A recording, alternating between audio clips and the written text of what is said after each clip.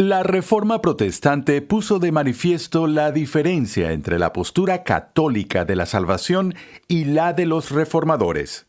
Pero eso era antes. Esto es ahora. ¿Debemos seguir preocupándonos por esa diferencia? Las dos posiciones son simplemente incompatibles. Y vas a tener que elegir en algún momento cuál es la correcta. Alguien está en lo correcto y alguien está equivocado. Y quien esté equivocado ha distorsionado profundamente el Evangelio del Nuevo Testamento.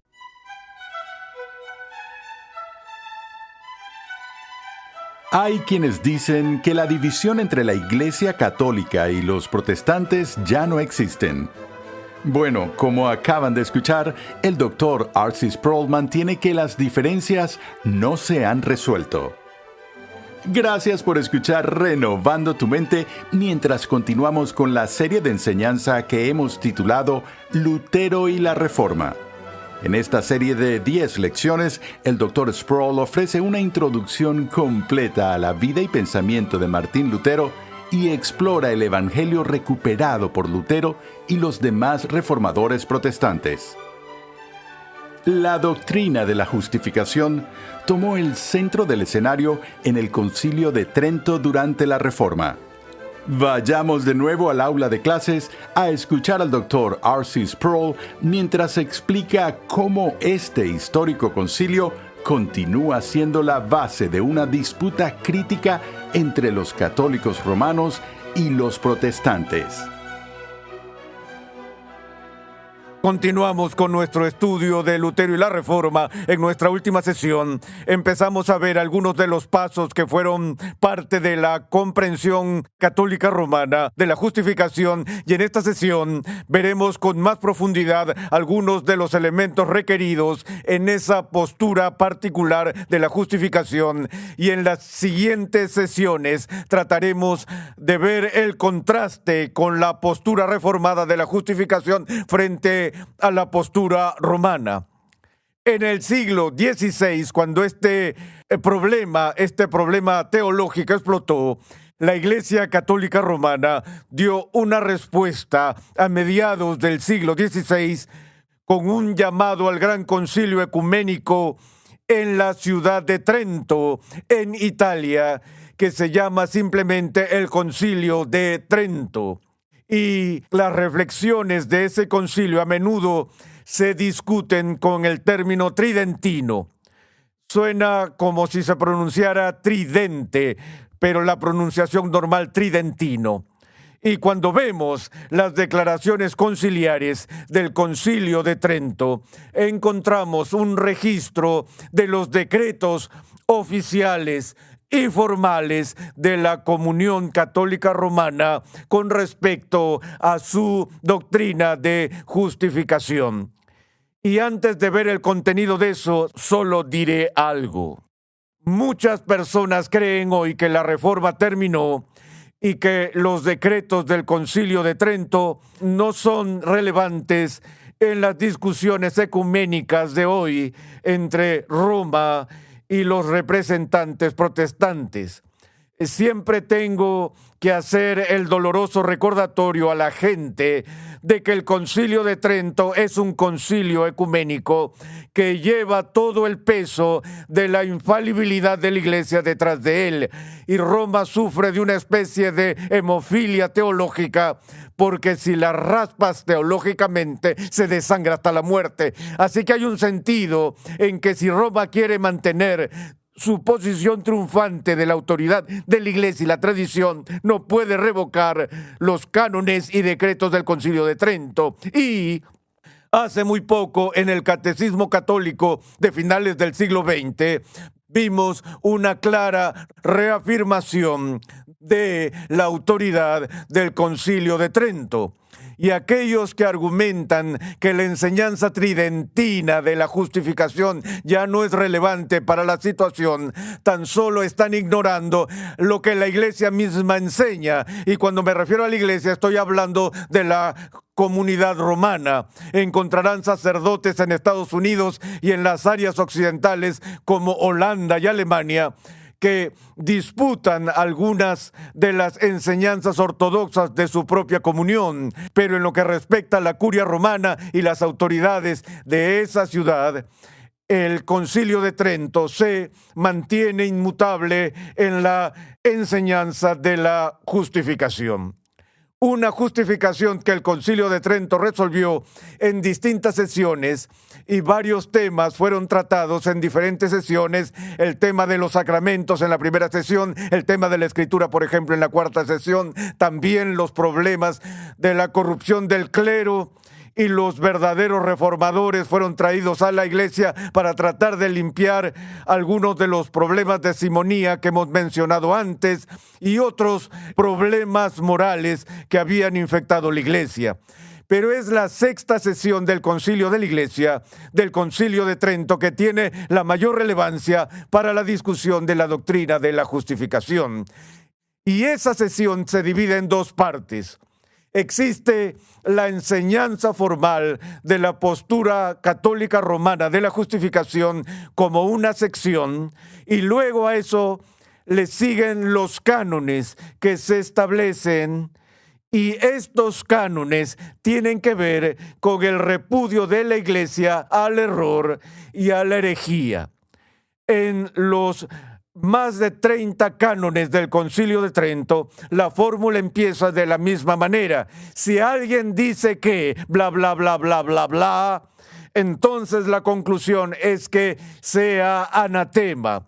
Los 3 primeros cánones están dirigidos contra el pelagianismo que había sido condenado en previos concilios eclesiásticos y que no apuntaban en especial a la reforma protestante. Ahora, un análisis cuidadoso de los cánones de Trento revela, creo, que en muchos casos, cuando Roma apuntó sus armas contra los reformadores, no le dieron al blanco a los reformadores. Había ciertos malentendidos implícitos en sus anatemas. Y entonces algunos vieron eso y dijeron que todo era un malentendido y que las dos partes no se estaban interpretando correctamente ni estaban entendiendo el asunto en realidad. Desafortunadamente eso puede ser verdad hasta cierto punto, pero no del todo. Algunos de esos cánones dan justo en el blanco y con claridad anatemizan la doctrina reformada de la justificación por la fe. Ahora, aquí está la importancia de esto. Si la articulación de la reforma de la doctrina bíblica de la justificación es correcta, y por supuesto creo que lo es, anatemizarla es anatemizar el Evangelio. Y cualquier comunión u organización que afirme ser cristiana, si niega o condena una verdad esencial del cristianismo, en ese momento esa organización se convierte en apóstata y ya no es una iglesia verdadera o válida. Y eso es parte del problema con las discusiones en curso entre Roma y los organismos protestantes. Hay muchos organismos protestantes que realmente no se preocupan por las diferencias doctrinales, están felices de entrar en discusiones y acuerdos ecuménicos con Roma. Pero si uno toma en serio la doctrina bíblica de la justificación, en ese punto no puede haber acercamiento. No puede haber ninguna unidad, a menos que uno u otro lado se rinda, porque las dos posiciones son simplemente incompatibles. Y vas a tener que elegir en algún momento cuál es la correcta. Alguien está en lo correcto y alguien está equivocado. Y quien esté equivocado ha distorsionado profundamente el Evangelio del Nuevo Testamento. Y como el apóstol Pablo dijo a los Gálatas, si alguien enseña cualquier otro evangelio que no sea el que han recibido, porque no hay otro evangelio, luego continúa diciendo, incluso si es un ángel del cielo, que sea anatema. Aquí hay alguien bajo el anatema de Dios y ese problema, me adelanto en decirles, no se ha resuelto. Por muy serios que sean los cánones de anatemas de la sexta sesión de Trento, creo que el elemento más difícil de resolver de las dos partes se encuentra en la primera parte de la sección 6, de la sesión 6, donde la doctrina de Roma es definida en sí misma. Ahora, Roma se esfuerza mucho por definir qué es la fe salvadora. y lo que la fe salvadora implica. Y como dije antes, es una caricatura difamadora decir que creemos en la justificación por la fe y que Roma tan solo cree en la justificación por obras, como si la fe no fuera necesaria. Antes bien, Roma enseña claramente en la sexta sesión que la fe es lo que llamamos una condición necesaria para la justificación. Y la fe tiene 3 elementos o pasos que la componen. Roma en la sexta sesión habla de la fe como el initium, el fundamentum y el radix de la justificación. Al traducirlo significa que la fe es la iniciación de la justificación, es el punto de partida en donde empieza el proceso de la justificación. Es el fundamentum, el fundamento, la estructura fundamental sobre la cual la justificación se establece. Y sin ese fundamento, sin esa estructura fundamental, no podría haber justificación.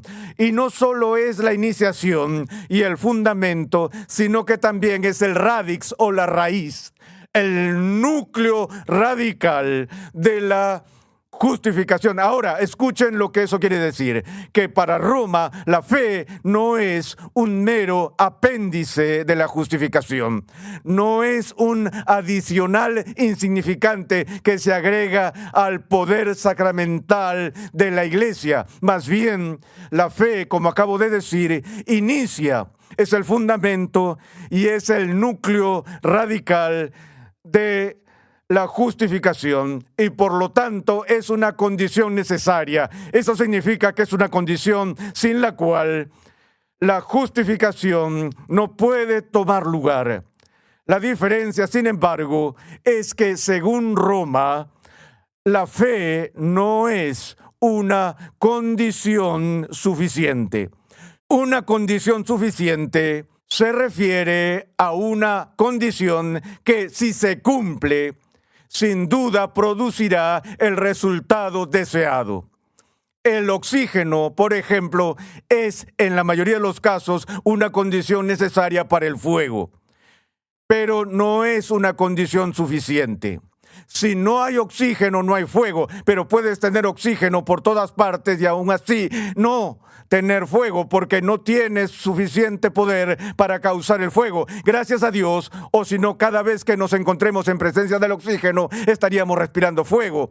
Ya entienden la diferencia entre una condición necesaria y una condición suficiente. Ahora sabemos que el Concilio de Trento enseña que la fe no es suficiente en sí misma para producir el resultado de la justificación, porque en la forma que aborda la pérdida de la justificación a través del pecado mortal, declara explícitamente que una persona puede tener su fe intacta, la fe real intacta, y aunque esté en un estado de fe, puede cometer pecado mortal. Y cuando cometes pecado mortal estando en la verdadera fe, la fe no se pierde, pero la justificación sí. Entonces vemos claramente en este caso que uno puede tener lo que llamaríamos fe salvadora sin justificación. Puedes retener la fe, pero perder la justificación porque has cometido pecado mortal. El siguiente punto que tenemos que ver es cómo Roma entiende cuál es la causa instrumental de la justificación. Ahora, cuando hablamos de cosas que causan otras cosas, generalmente solo pensamos en la causalidad en términos unidimensionales simples. Pero la Iglesia Católica Romana distingue entre varios tipos diferentes de causas. Y en este caso, esto se remonta a la síntesis medieval entre la teología católica romana y la antigua filosofía del griego Aristóteles. Y Aristóteles contemplando el misterio del movimiento, lo que mueve un objeto para hacer que otro produzca cambios y mutaciones, analizó lo que llamó varios tipos de causas. Y esto se vuelve importante para la discusión por esta razón. La famosa ilustración de Aristóteles tenía que ver con el hacer una estatua, una escultura por un escultor, y distinguió entre varias causas. Por ejemplo, la causa material. Aristóteles la definió como aquella de la cual algo se hace. No se puede tener una escultura de piedra sin piedra. Así que la materia o los elementos de los que se forma esa hermosa escultura es la piedra o el bronce o cualquier material que se esté utilizando, sería la causa material. Y luego habla de la causa formal. La causa formal sería si el artista escribiera un boceto al principio de cómo quería que se viera la estatua final. Ese sería su diseño, ese sería el formato que estaba siguiendo, y esa sería la causa formal. La causa final sería el propósito por el cual se estaba haciendo la estatua. Tal vez la estaba haciendo para embellecer el jardín de alguien, y esa es la razón por la que el escultor fue contratado para hacer la escultura. Y sigue con la causa eficiente, aquella que realmente produce el efecto de transformar la materia en una hermosa estatua, sería obra del propio escultor. Él es la causa eficiente y así sucesivamente. Bueno, en ese proceso, Aristóteles habló de la causa instrumental. El instrumento o las herramientas que se usaron para lograr el cambio. Un escultor no se acerca a ese bloque de granito o de cuál es el material que usan en Italia, el mármol, y con una imagen de lo que quería ver al final, un David o lo que sea, y luego tan solo le habla al mármol y le dice que se haga una estatua. Eso no funcionaría mucho. Por lo general, el escultor tenía que empezar con la tarea de tomar su cincel, tomar su martillo y empezar a cortar ese bloque de piedra para convertirlo en una obra de arte. De modo que los utensilios que usaba o los instrumentos que usaba se llamaban la causa instrumental de traer la estatua a la existencia. Ahora, en términos teológicos, Roma usó ese tipo de metáfora y dijo que la causa instrumental de la justificación, los medios, la herramienta que la iglesia usa para llevar a una persona a un estado de gracia justificada, es el sacramento del bautismo.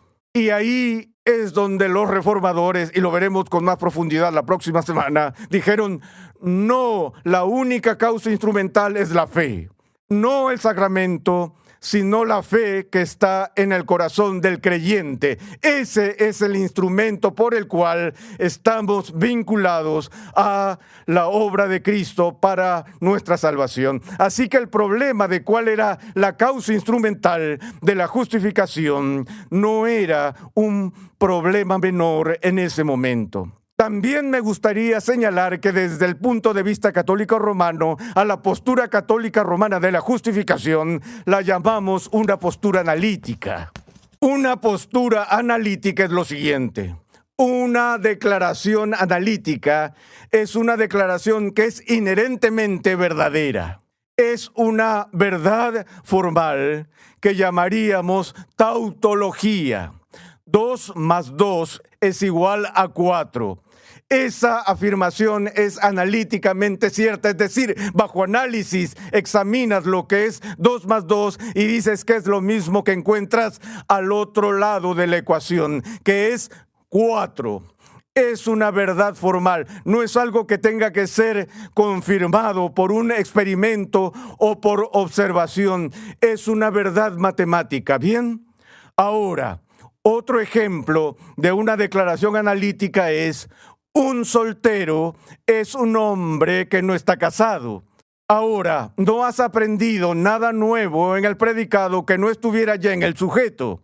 No has dicho nada nuevo que defina el término soltero que la palabra misma contiene inherentemente. ¿Ven lo que estoy diciendo? Ahora, tanto protestantes como católicos están de acuerdo en que en el análisis final nadie está justificado hasta menos que Dios declare a esa persona justa. Y que esa justicia, esa declaración de Dios, es una declaración legal por su propio juicio. Cuando decimos que el punto de vista romano es analítico, eso significa esto, que Dios no dirá que una persona es justa, no declarará a una persona legalmente justa a menos que o hasta que esa persona, bajo análisis, sea realmente justa. No solo considera justas a personas que no son realmente justas. Es por eso que Roma continúa diciendo en el siglo XVI que antes de que Dios declare a alguien justificado, la justicia o la rectitud deben estar dentro del alma de la persona. El latín allí es inherens. Debe ser inherente dentro de la persona, de tal modo que nadie realmente es justificado hasta que, bajo el análisis, Dios vea sus vidas, vea sus almas y no vea nada más que justicia allí. Si una persona muere en pecado mortal, va al infierno.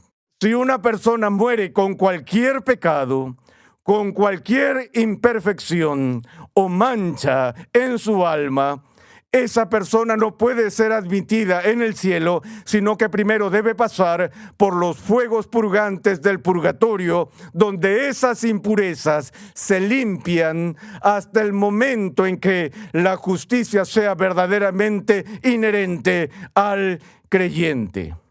Pueden ver lo que está en juego aquí.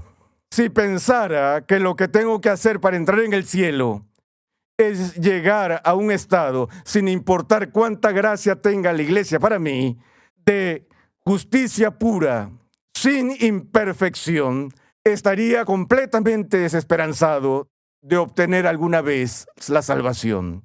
Si me enseñaran que así es como soy salvo, para mí eso no sería una buena noticia, sería una noticia horrible. ¿Y ven por qué? ¿Qué estamos viendo en esta discusión y este debate? Uno de los temas teológicos más importantes que jamás podrás discutir está sobre la mesa. ¿Qué debo hacer para ser salvo? Como veremos, si Dios quiere, en nuestra próxima sesión, de lo que se trataba la Reforma, era de afirmar el Evangelio bíblico de que en el momento en que una persona posee fe salvadora, se transforma del reino de las tinieblas al reino de la luz. Se declara que es justa sobre la base de la justicia de Cristo y es adoptada a la familia de Dios. Sus pecados son perdonados y quitados para siempre, sin purgatorio, sin un segundo tablón de justificación. Pero, como dije, si Dios quiere, veremos esta postura en nuestra próxima sesión.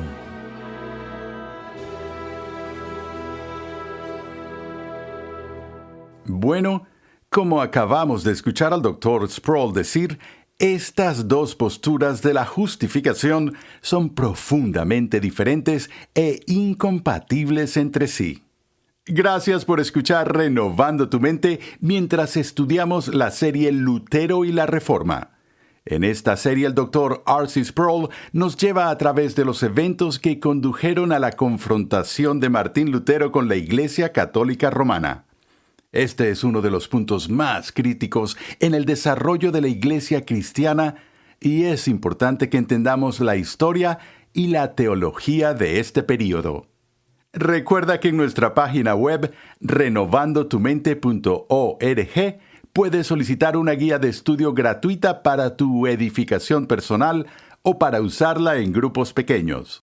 Nos complace anunciar que la nueva traducción y edición al español del clásico libro de R.C. Sproul, La Santidad de Dios, ya está disponible. En La Santidad de Dios, el Dr. Sproul explora el carácter santo de Dios y explica por qué esta santidad nos fascina y nos aterroriza. Este clásico y célebre libro ha ayudado a miles de cristianos a comprender mejor quién es Dios, quiénes son ellos y qué significa estar revestidos de la justicia de Cristo. Para más información, visita la página web lasantidaddedios.com hoy mismo. ¿Cómo puede Dios considerarnos justos aún siendo pecadores? En el siguiente episodio de Renovando tu Mente, R.C. Sproul explica la doctrina de la justificación por la fe sola, una profunda verdad que da testimonio tanto de la justicia como de la gracia de Dios. Escucha un avance de nuestro próximo programa.